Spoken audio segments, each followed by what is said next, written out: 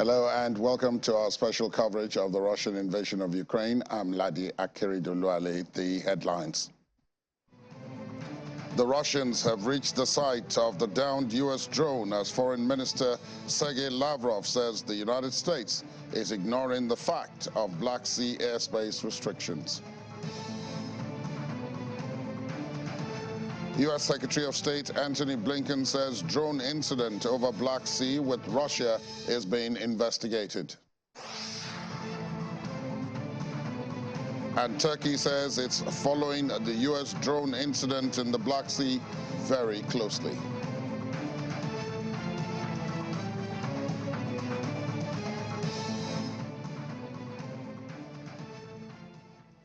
We're starting with news that the Russians have reached the site of the downing of the U.S. drone in the Black Sea overnight and are now trying to recover the pieces of that equipment. This is coming just as Russian Foreign Minister Sergei Lavrov has said that the United States, in comments regarding the crashing of one of its military drones in the Black Sea, was ignoring the fact that Russia established airspace restrictions in the area. In an interview on state television, Mr. Lavrov pointed out that Russia established the limits on flights in the Black Sea region after the start of Russia's military campaign in Ukraine, a fact the United States was well aware of.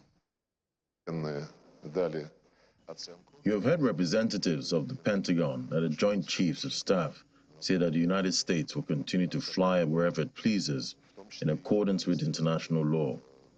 But if you follow this logic, then the space around the United States has the same status as the space over the Black Sea. But they completely ignore the fact that after the start of a special military operation, our military declared the relevant areas of the Black Sea adjacent to the coast in certain places to have a limited status for use by any aircraft.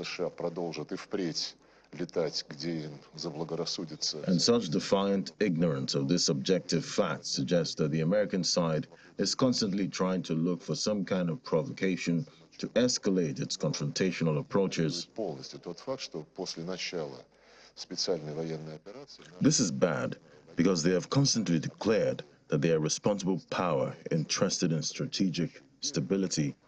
Incidentally, Secretary Blinken also told me this during our meeting in India, but their words are at odds with their deeds.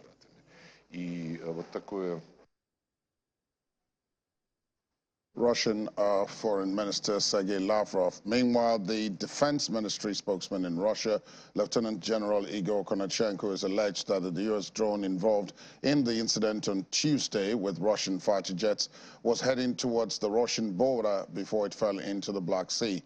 General Konashenko also said that the fighter jets did not come into contact with the drone, contrary to a version offered by the United States, claiming instead that the drone crashed into the water after going into uncontrolled flight due to sharp maneuvering. On the morning of March 14, 2023, Russian Air Force Control Systems detected an American MQ-9 drone flying over the Black Sea near the Crimean Peninsula towards the Russian state border. The unmanned aircraft was flying with its transporters turned off, violating the borders of the temporary restriction to airspace usage set to conduct a special military operation. Those restrictions were passed to all international airspace users and published in accordance with all norms. Fighter jets from the on-duty Air Defense Force were scrambled to identify the intruder.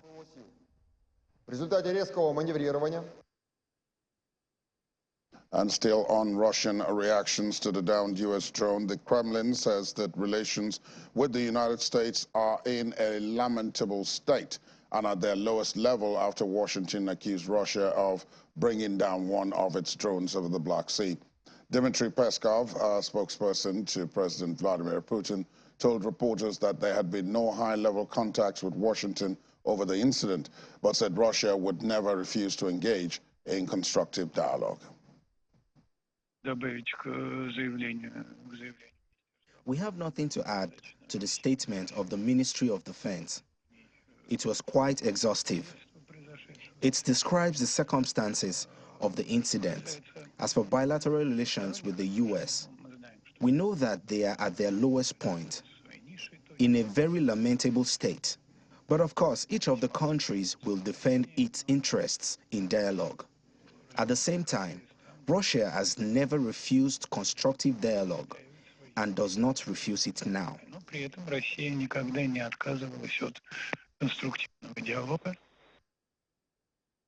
And the Russian ambassador to the United States, Anatoly Antonov, says he has denied all accusations against Russia after being summoned to the U.S. State Department in connection with the downing of the U.S. Reaper drone. Ambassador Antonov said he was invited to talk with Assistant Secretary of State for European Affairs, Karen Dunford. According to department spokesman Ned Price, Mr. Antonov was summoned to, quote, convey our very strong objections. Ambassador Antonov described the conversation as very calm and respectful, lasting about 30 minutes. And Russia says it will react proportionately to any future U.S. provocations as tensions have raged over the drone incident. The Russian Defense Ministry said flights of American strategic unmanned aerial vehicles off the coast of Crimea are provocative in nature, which creates preconditions for an escalation of the situation in the Black Sea zone. And a U.S. military surveillance drone's crash into the Black Sea after being intercepted by Russian jets is being investigated. That's according to U.S. Secretary of State Antony Blinken, declining to speak on the intent or the motivation behind the incident. Speaking at a news conference during an official visit to Ethiopia, Mr. Blinken described the incident as reckless and unsafe. The incident is being investigated, and we'll look to that investigation to draw any conclusions about what the intent might have been, what the actions were, and of course, we'll be in close coordination with allies and partners at the conclusion of the investigation. I can't speak at this point to motive or to intent, but what I can say very clearly is this was a reckless and unsafe action. But we'll let the investigation proceed. U.S. Secretary of State Antony Blinken. And we're staying with the downed U.S. drone. Top U.S. General Mark Milley described it as part of a pattern of military behavior by Russia that is becoming more aggressive. The chairman of the Joint Chiefs of Staff told reporters this behavior also involved the British and some other nations as well. General Milley added that it was likely that the drone broke upon impact in the Black Sea in 4,000 to 5,000 feet of water and would be difficult to recover. There is a pattern of behavior recently where there is a little bit more aggressive actions being conducted by the Russians. We think we haven't completed our analysis as to why that's happening. And it wasn't just involving us. There was some incidents earlier with the British and some other nations as well. We'll work through recovery operations. That's U.S. property, and we'll leave it at that at this point. But it probably broke up. There's probably not a lot to recover, frankly. As far as the loss of anything of sensitive intelligence, etc., as normal, we would take, and we did, take mitigating measures. So we are quite confident that whatever was of value is no longer of value. Ukraine's Foreign Minister Dmytro Kuleba has declared that the apparent downing of a U.S. drone over the Black Sea by a Russian fighter jet was, quote, inevitable. According to him, as long as Russia controls Crimea, these kinds of incidents will be inevitable and the Black Sea will not be a safe place, adding that the only way to prevent such accidents is actually to kick Russia out of Crimea. When asked whether he believes the incident might make the U.S. more cautious in its approach to the conflict, Mr. Kuleba said he did not believe that this would be the case. And the Turkish Defense Minister Hulusi Akar says his country is monitoring closely the incident involving the U.S. military drone which crashed in the Black Sea after being intercepted by Russian jets. Mr. Akar added that they had made several contacts about the incident without going into further details. And while the United States is working through recovery operations for a downed MQ-9 Reaper incident drone intercepted by Russian forces.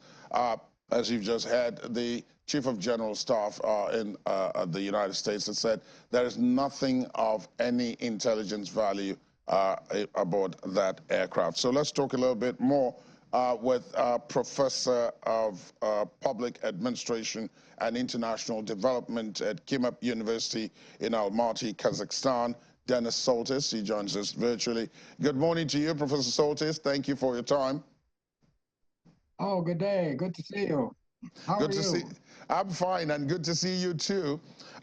We've talked about this down the weeks and the months, and it does look as if inevitably we're getting slowly but surely there. This incident involving, shall we call them non-combatants, are beginning to multiply in number. First, you had the balloon incident over the U.S. involving China. Then now you've got the U.S. drone over the Black Sea involving the U.S. Then you had the British and German fighters intercepting Russian planes just outside Estonia's borders. Does it look to you perhaps that those who talked about perhaps World War III may not have been completely exaggerating after all? No, I don't know what to make. No, I don't think so. Well, the backdrop to this is that Russia is doing badly on the battlefield, so they're getting quite short of options. Their much advertised winter offensive has been a failure, and the Ukrainians keep getting, preparing for a large offensive. This will be sometime between the end of April at the earliest or June later. That is when they get enough weapons. And the consensus seems to be among military experts is that the Ukrainians will be successful. So I think Russia is kind of getting desperate. Now, the key player or the important, there's a big imponderable here, and that is the position of China. On the one hand, China is very disappointed in Russia's poor military performance, and it does not want to see Russia defeated. On the other hand, it doesn't want to help, it doesn't want to risk giving military aid because that would provoke sanctions. So China is in a bit of a dilemma here, and they're deciding this. They haven't made a decision yet whether to give Russia military aid or not. So I suspect that this drone incident was provoked or taken advantage of by Russia at this time, pending the visit of Xi Jinping to Moscow quite soon. I think because this is a routine flight, this is not unusual. The Russians had a lot of time to foresee this and prepare this. Their jets were in contact with the drone, which was harassing the drone for 30 or 40 minutes. There's nothing accidental here. My guess is that Putin or the Kremlin wanted to provoke this incident as a way to show that they still have military capability and that they're still capable of making things uncomfortable for NATO and the West and the United States. And so they deserve Chinese lethal military aid. So that's kind of my guess. I think that's my guess as to what's happening here. So that's kind of a one-off incident, I think, before Xi Jinping's visit to Moscow, which is kind of unusual also that the emperor would be visiting the vassal and not the vassal called to the emperor's palace. But anyway, as for the incidents that you say, German jets in Estonia, I'm not familiar with this, but I guess this happened just lately.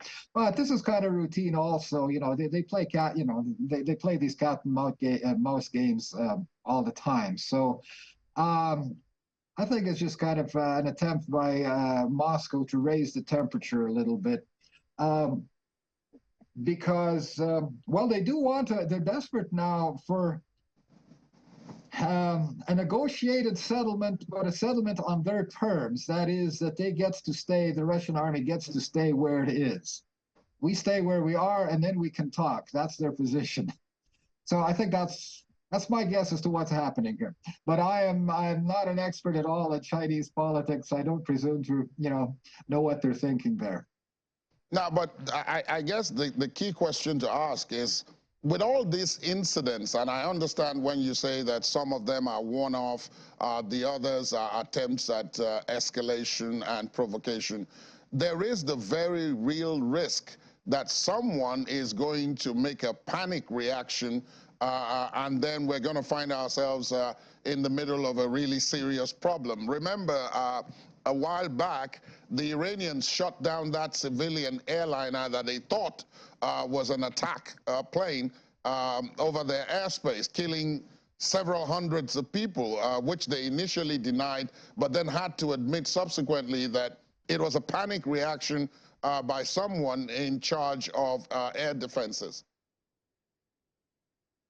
Well, maybe the Iranians panicked.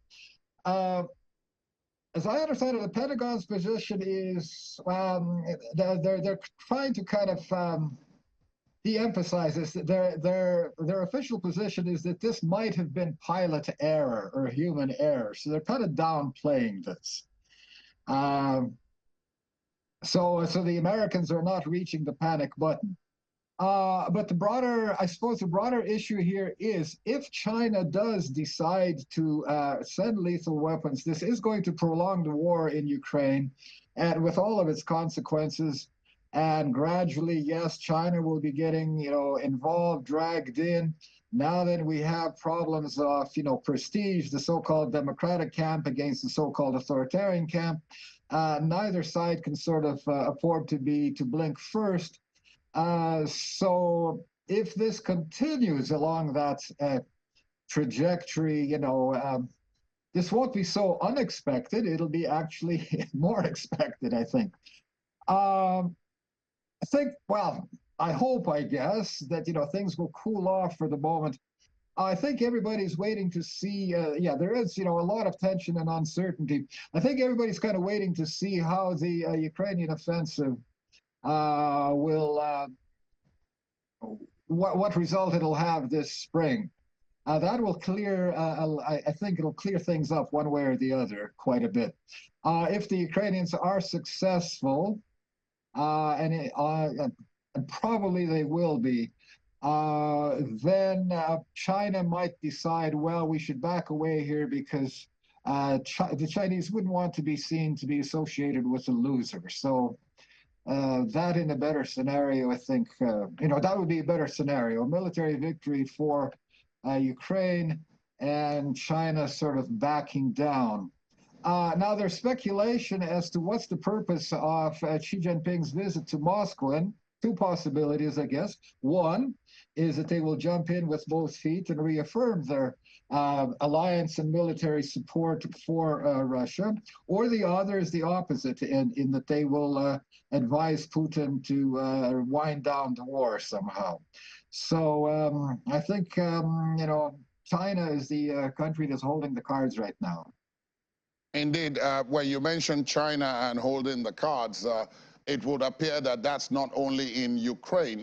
In the Indo-Pacific, other countries are having to try to prepare against the eventual power that China is already able to exert. Of course, I'm sure you've heard about the AUKUS Pact, the Australians, the United Kingdom, and the United States, under which Australia is going to become, I believe, only the 7th country in the world to be able to buy and operate nuclear-powered submarines. And this is to project power on the western side against a possible incursion by China, even as far as Taiwan. Now, this is a lot of money. From what I've read, you're talking about almost $250 billion that is involved in this. And that's a whole lot of money. So the key question is, what is, in your view, the end game in all of this? I mean, all these people acquiring all these weapons, and China not backing down either in Ukraine or Russia or in the Indo-Pacific, which it believes it's its own sphere of influence. And then I go back to the point I started with, which is the risk that all of this will end up inevitably in some kind of military conflict. Well, I have to admit I'm out of my depth here. This is high international diplomacy, and I know very little about anybody, I guess, knows very little about what is actually in the Chinese's mind, the minds of the Chinese. I'm not sure that, there is, an end point. I think, politics sort of goes, accidentally or, incrementally the way it's going. We sort of, or that is the players, the international community sort of address um, conflicts, in cases as they come up. So it's kind of open-ended. I don't think, this is, war is inevitable. It's possible, but not inevitable. There's still, well, again, hard to say what, what they could be thinking in Beijing. One point of view is that by supporting Ukraine and the Ukrainians' military successes, this is sort of caution China because I think what Ukraine has shown is that a modern industrial country can put up a very strong defensive fight. And so Taiwan could do the same. And especially if it has, international support. So I think this would, it would give Beijing caution, cause for caution here. So paradoxically, then, the West support off or a good performance in Ukraine then would seem to make an aggressive Chinese move against Taiwan somewhat less likely or more problematic. I sincerely hope that you're right.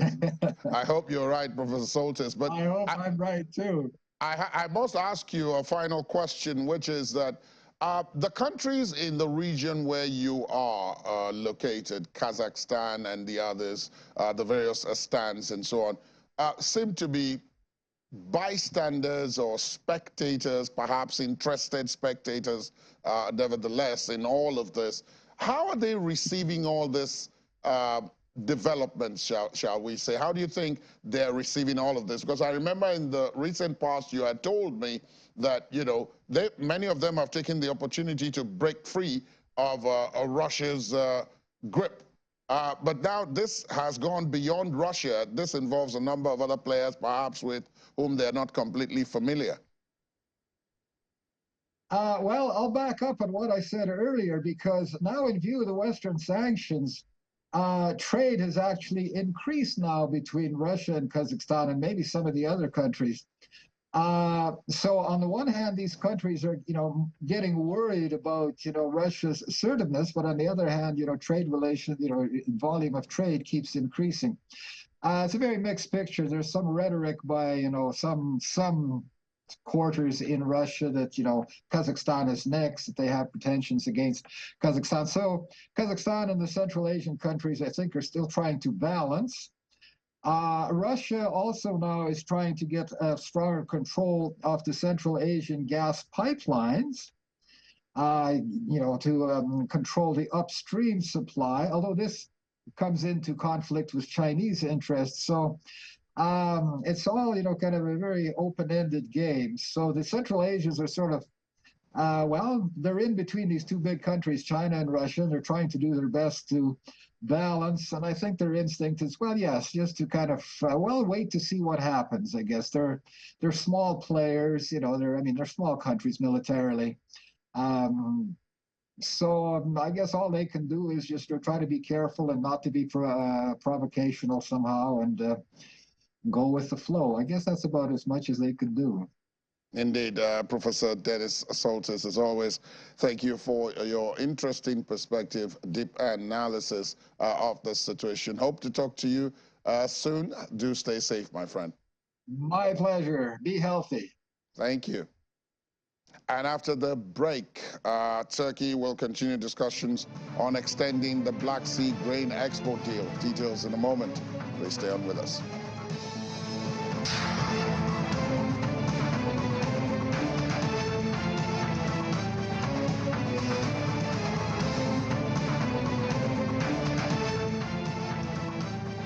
Welcome back. Thanks for staying tuned. Syrian President Bashar al-Assad has expressed his support for Russia in its war in Ukraine during talks with President Vladimir Putin at the Kremlin.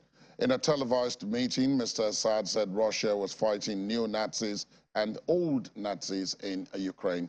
The Syrian leader said the West had taken in old Nazis and was now supporting them. He added that the envisaged tangible economic results as the pair spoke ahead of formal talks that Syrian officials hope will bring more Russian investments to support their country. Russia's military support for President al-Assad was a crucial turning point in Syria's brutal civil war in 2011, which had begun as a pro-democracy movement. And Turkish President Recep Tayyip Erdogan has suggested that Ankara could soon ratify Finland's application to join NATO and allow the country to join the military alliance separately from Sweden. Alarmed by Russia's invasion of Ukraine more than a year ago, Finland and Sweden abandoned decades of non-alignment and applied to join the alliance. All 30 NATO members have approved their applications and 28 have ratified their accession. Only Turkey and Hungary have yet to do so. Turkey's government accuses Sweden of being too soft on groups that it considers to be terror organizations and existential threats, including Kurdish groups. Turkish officials have also been angered by a series of demonstrations in Sweden, including a protest by an anti-Islamic activist who burned the Quran outside the Turkish embassy. Ankara said, however, that it has fewer problems with Finland's membership. And the United States believes Russia is making small advances near the eastern Ukrainian city of Bakhmut, but it is coming at a great cost. That's according to U.S. Joint Chiefs of Staff General Mark Milley, who says no side is making significant gains in the bloody war over the city. Right now, there is intense fighting in and around Bakhmut, and the Russians are making small tactical advances, but at great cost. Elsewhere, the front line remains relatively static, with significant exchanges of artillery, but no significant maneuver gains by either side. Right now, as you know, there is a significant ongoing effort to build up the Ukrainian military in terms of equipment, munitions, and training in a variety of countries in order to enable Ukraine to defend itself. The increased Ukrainian capability will allow the Ukrainian leadership to develop and execute a variety of options in the future to achieve their objectives and bring this war to a successful conclusion. This is an act of brutal aggression by President Putin and the Russian military with complete disregard for human life, both civilian and military. The Russians are wantonly killing civilians in large attacks on civilian infrastructure in densely populated urban areas. The severely undertrained, poorly led, poorly equipped Russian forces are conducting mindless frontal attacks and sacrificing hundreds per day. U.S. Joint Chiefs of Staff Chairman General John Milley. The United Nations International Atomic Energy Agency has said approximately 2.3 tons of natural uranium had gone missing from a site in Libya not under government control. The IAEA chief, Rafael Grossi, told the organization's member states that inspectors have reported that 10 drums containing uranium ore concentrate had gone missing and were not present as previously declared at the location in Libya. The IAEA will conduct further activities to clarify the circumstances of the removal of the nuclear material and its current location, the organization said in a statement without providing further details on the particular site. Libya in 2003, under leader Muammar Gaddafi, renounced its nuclear, chemical, and biological weapons program after secret discussions with the United States and the United Kingdom. And Canada is sending more military assistance to Ukraine. That's according to Defense Minister Anita Anand, who was speaking during a U.S.-hosted Defense Contact Group meeting in support of Kiev. A Canada Defense Ministry statement says the country will donate about 8,000 rounds of 155mm ammunition, as well as 12 air defense missiles sourced from the Canadian Armed Forces inventory. The shipments of 4 Leopard 2 battle tanks are also on the way. Canada has committed 8 Leopard 2 main battle tanks to Ukraine in total, 4 of which have already been delivered to Poland, with a team of personnel training Ukrainian soldiers on their use. All of the tanks, as well as the previously announced armored recovery vehicle, ancillary equipment and ammunition donated by Canada, are expected to be in Ukraine in the coming weeks. And Turkey will continue discussions on extending Black Sea grain export deal to allow grain exports across the Black Sea for 120 days rather than the 60 days Russia wants. And that's according to its defense minister, Hulusi Akar. According to a statement by the Ministry of National Defense, Turkey started negotiations in line with the initial version of the deal. It adds, quote, "The continuation of the deal is important. We will continue our contacts regarding its extension for 120 days instead of 2 months. Russia suggested allowing the deal to be renewed for 60 days, half the term of the previous renewal, but Ukraine has rejected that. Since Russia and Ukraine signed the UN-backed Black Sea Grain Initiative in Turkey on July the 22nd, 2022, millions of tons of grain and other food products have been exported from Ukrainian ports, helping lower global food prices from record highs." Let's talk now to business and development consultant Boniface Chizia, who joins us now by Zoom from the Lekki area of Lagos. Good morning to you, Dr. Chizia. Thank you so much for your time. Ladi, how are you doing? I'm fine, thank you. And yourself? Oh, well, we bless God for today. Yes. Thank God. I want to start from this Black Sea grain deal. Its importance has been emphasized over and over and over again, especially for countries that are dependent on grain brought in from outside. Now, our country, Nigeria, is one such country, as indeed are many of the other countries on the African continent. Now, with this issue of the drone incident over the Black Sea, through which many of the ships that are carrying this grain are supposed to pass through, and the contortions that are going on between Russia and Ukraine, do you fear that it's possible that this deal may not, in fact, be extended on Saturday? Well, I think, Ladi, my concern, let me step back, go a step backwards. I think that I'm concerned that this war, the way it's going, we've gone on for more than 1 year. It started February 24 last year, going on for more than 1 year. And there hasn't seemed to be any efforts at reconciliation. And as far as I'm concerned, I think that this war will not end on the battlefield. If we're not careful, what it might just carry off, and then we'll probably have some crisis on our hands. You know, I mean, if you look at what has happened so far, you know, the drone has been shot down over the Black Sea, and then, you know, the nuclear center in Ukraine also has lost power a couple of times.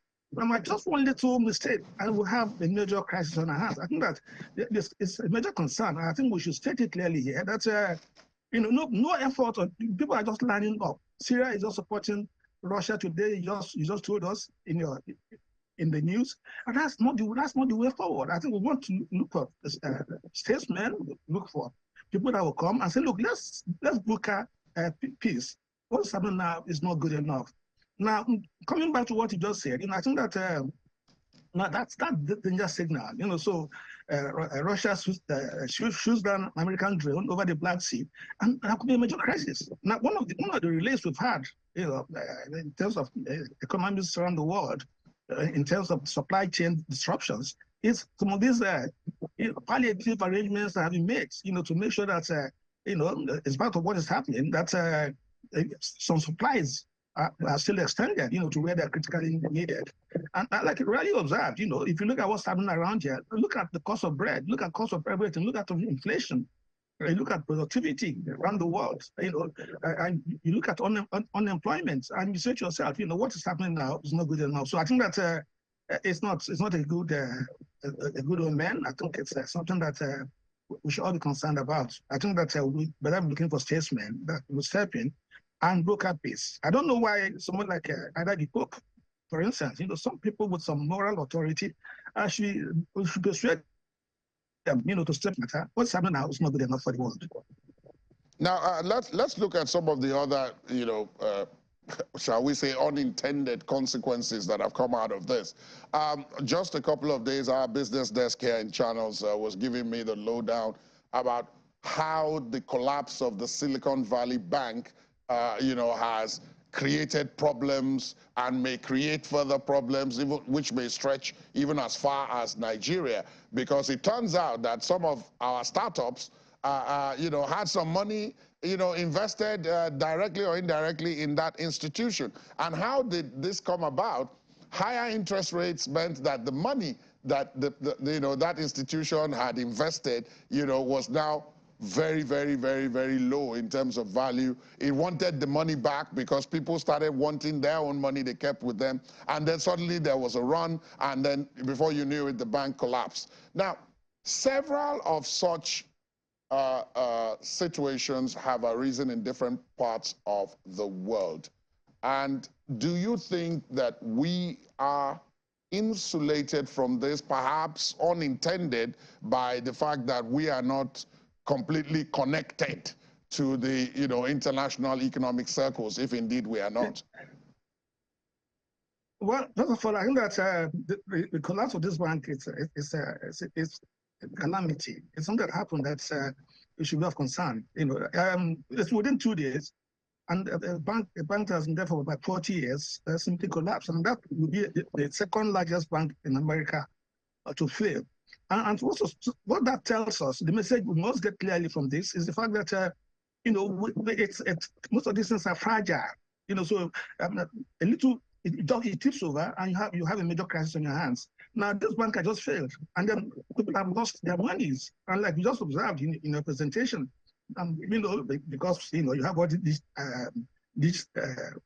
digital banks and so on, that are connected. Some Nigerian banks also are going to be involved, and some of these banks have borrowed monies locally, monies from across the world. And so if that failure, as it's just happening now. And of course, what's going to be what's guaranteed by the American Deposit Insurance is $250,000. And so if really, and that might take some doing. It's not something that you just the bank just has some problems, it collapses, and then suddenly you just go there and get your money. It takes some time to process. It takes some time for you to get this money. And so I think that we have a global village, although it's been affected by all this crisis. We're now beginning to go insular and so on and so forth. But what still remains a global village that's interconnected, and what obtains in one part of the world, affects everybody, and that's why we need to get multilateral organizations, to begin to step into the void and make sure that we begin to have harmony. That things are beginning to be done in a process that would put in the forefront the interests of all mankind. Now, another side of this, which many people, don't find in the headlines and, in the daily grind about what's happening, is that the war in Ukraine has had impact on European countries. You and I both know that many Nigerians have emigrated to many of these European countries to work and live. They send remittances home, which have kept many people afloat here, in spite of our own economic headwinds. But even that now has been affected. Some of the figures I saw have indicated that between 2021, at the end of 2021, and the end of 2022, some of those remittances have dropped by as much as 40% in some instances from some countries. So again, this feeds into our own economic health, doesn't it? It does indeed, because remittances from overseas, diaspora, come close to about 20 billion a year. It's not something around that magnitude.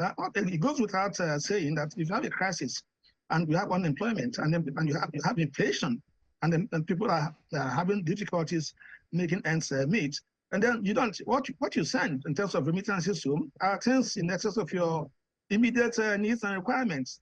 And so it logically doesn't need any extension for us to know that obviously Nigeria is going to be affected. And I think that one of the challenges we have as we have a new dispensation. We hope to start. We'll start on May 29th. We hope that one of the things that one of the low-hanging fruits would have is we pray to have an environment, a stable environment that would be attractive to the external investors, and so that they're able to come in here and bring in their monies. Because we are challenged, and it's going to take some time for us, to begin to correct some of the gaps we have in our system. But that tells you, that to a large extent, the interconnectedness that you see, economic matters. Several of our neighbors have been also directly affected by this economic headwinds that have resulted. Of course, some of them, their problems have only peaked as a result of the war, the Russian war in Ukraine. They had these problems preceding that. That can be said of Nigeria and some of our neighbors. If you take Ghana, for example, Ghana is negotiating with the IMF for a bailout. Some people said we should congratulate ourselves that we are not, at least yet, in that position where we are trying to negotiate for a bailout. Are we? Well, I think that, I don't know. I think that if you look at Ghana and take Nigeria, it's like comparing oranges and apples. Ghana rate of inflation is about 52%. So in Nigeria is 119. Okay, so we look at ourselves and then, but the Ghanaian economy is probably not as big as that of Lagos, and so we want to put it in context. Absolutely. So put it in context. I think that we are punching below our weight. That's an obvious fact. And Nigeria, should pull up the rest of Africa, put them up, and that's why we need to. I don't know what's going to happen. We all had great hopes for these elections. How it's going to happen? We need to, change the narrative. There's so many things we are so endowed. There's so many things we can still do. But if we continue as we've always done in the recent past, then we don't have much of a chance. We need particularly change the values we bring to the table. This is very important. And then we'll wait and see. We don't know how things are going to eventually pan out, but I think that there's some concern. We should pull the rest of Africa, put them up. So people say Africa, Kenya, maybe South Africa, Egypt, and maybe they should be there. So they look up to us, and then we are doing well, and we have interactions with them, and then we can boost the economy in the continent. So I think it's a challenge which Nigeria must rise up to. Indeed, it is a challenge that we must rise up to, and one of the ways that would help us, if, as you said at the very start of your answer to the very first question, is that this conflict must be brought to a swift end. Dr. Boniface Chizia, thank you so much for your time on the program this morning. Thank you, Ladi, for having me. Thank you. And when we return, Pope Francis urges respect for Orthodox monastery facing eviction in Kiev. Details in a moment. Please stay with us.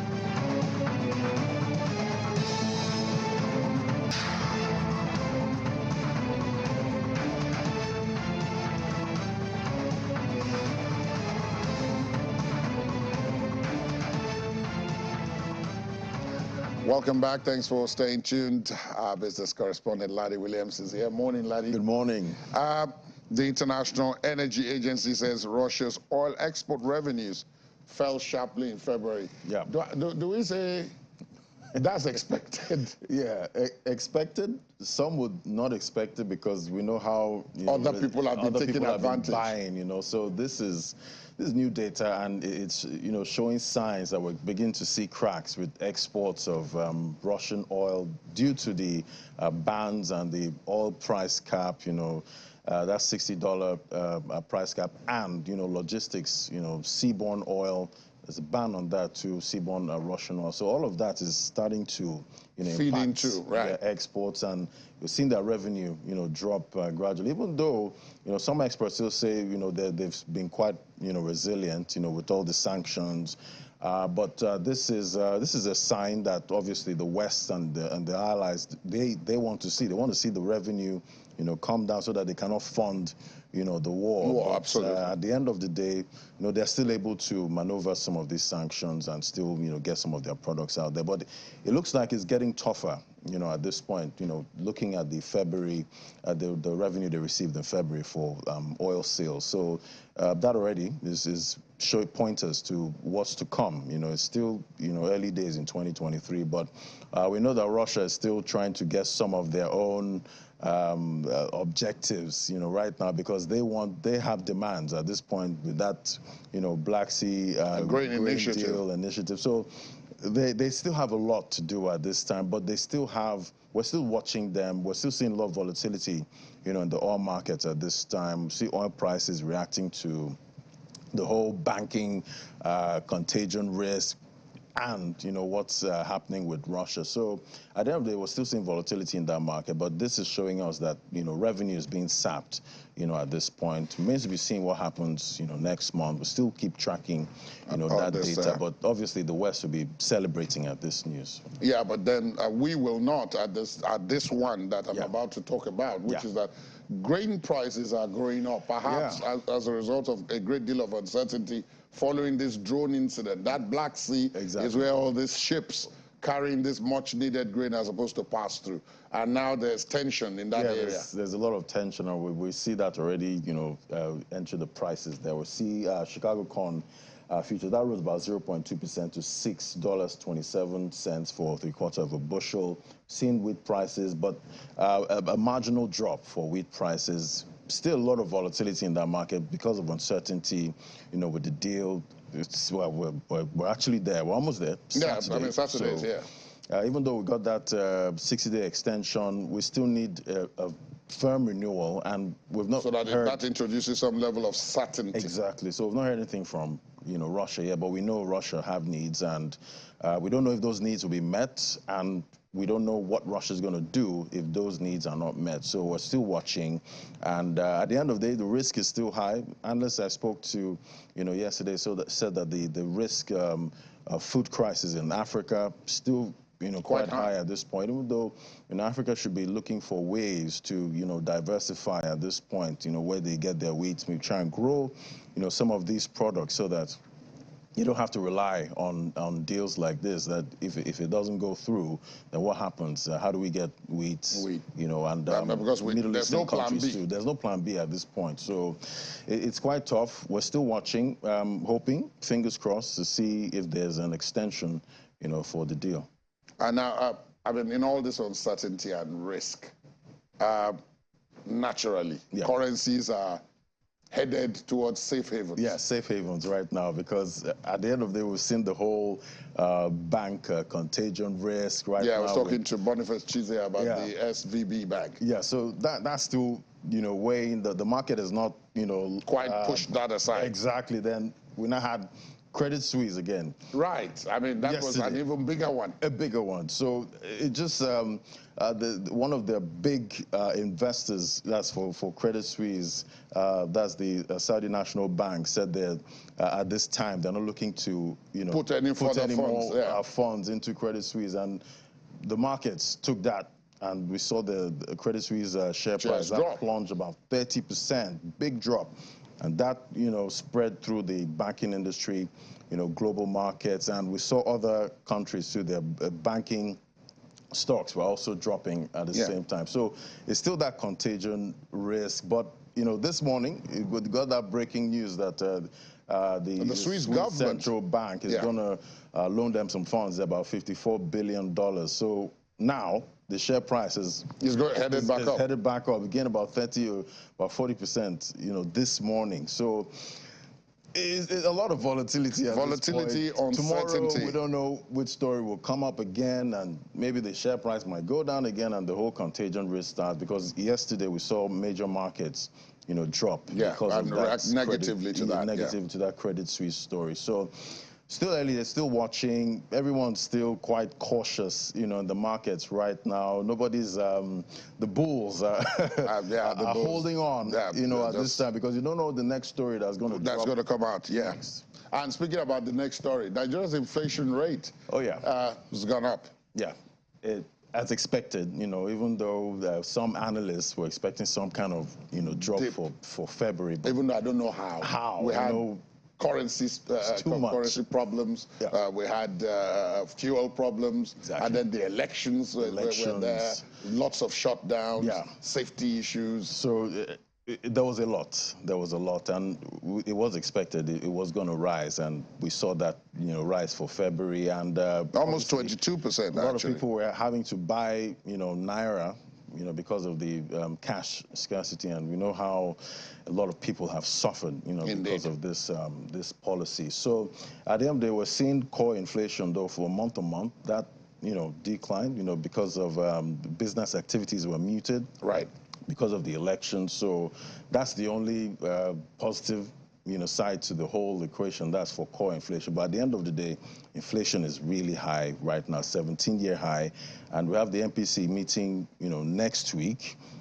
Some analysts are expecting a hold, but at the end of the day, inflation is still high. We know the central bank. There might be a rise in order to be able to try to contain it. But when you look at the previous hikes, about 5 hikes from last year, how much impact have they? We're not seeing much impact. Inflation is still rising, still, very high. And obviously in the U.S., everyone's expecting a pivot, from the U.S. Fed also next week, because we're seeing the whole banking industry, contagion risk and all of that. But here's a different story. It's Nigerians are going through a lot, right now, and raising rates would seem quite, unfair, at this point. But who knows? The central bank has been quite busy this period, having to, battle a lot of, issues, intended and unintended. Intended and unintended. So at the end of the day, we'll be watching out for what they do next. That's Tuesday. We're covering that live, obviously. As always. As always, right here on Channels Television. Indeed, we'll be watching out for that, and indeed all the other stories coming out from the business world. Thanks, Laddie. Thank you. And let's move on. Pope Francis, in a speech, has called for respect of religious sites in Ukraine, referring specifically to the Kiev monastery from which the Russian-aligned Ukrainian Orthodox Church is facing eviction. Ukrainian authorities have given the UOC a March 29 deadline to vacate its headquarters in the Perchesк-Lavra conflicts. In the latest move against the denomination, the government says is pro-Russian and collaborating with Moscow. Mentioning the Lavra monastery, Pope Francis had asked the warring parties in Ukraine to respect religious sites, adding that people who devote their lives to prayer, be of whatever confession, support the people of God. The Pope made his remarks during a weekly address to crowds in St. Peter's Square. Jailed Russian opposition politician Alexei Navalny has dedicated his part in an Oscar-winning film about him to those fighting against dictatorship and war. Director Daniel Aroha's film Navalny, about the poisoning that nearly killed Russia's most prominent opposition figure and his detention upon returning to Moscow in 2021, won the Oscar for Best Feature Documentary on Sunday. In a series of tweets released by his supporters, Mr. Navalny said the early morning radio news bulletin in the penal colony where he is serving an 11-and-a-half-year-old sentence had omitted the documentary category from its report on the Oscar ceremony. He only received confirmation that the film had in fact won when he attended a court session by video link and his lawyers gave him the news. He said, quote, "Of course, I'm terribly happy, and as I rejoice, I try not to forget that it wasn't me who got the Oscar." He said, praising Roha, his own close aide Maria Pevchik, and Bulgarian investigative journalist Christian Grossev, the true star of the film. That's our program this morning. Thanks for being with us. My name is Ladi Akiridoluale. We'll have updates of this and other stories throughout the day, but in particular on the world today at 5 o'clock. To join us for that. For now, have a pleasant day ahead. Good morning.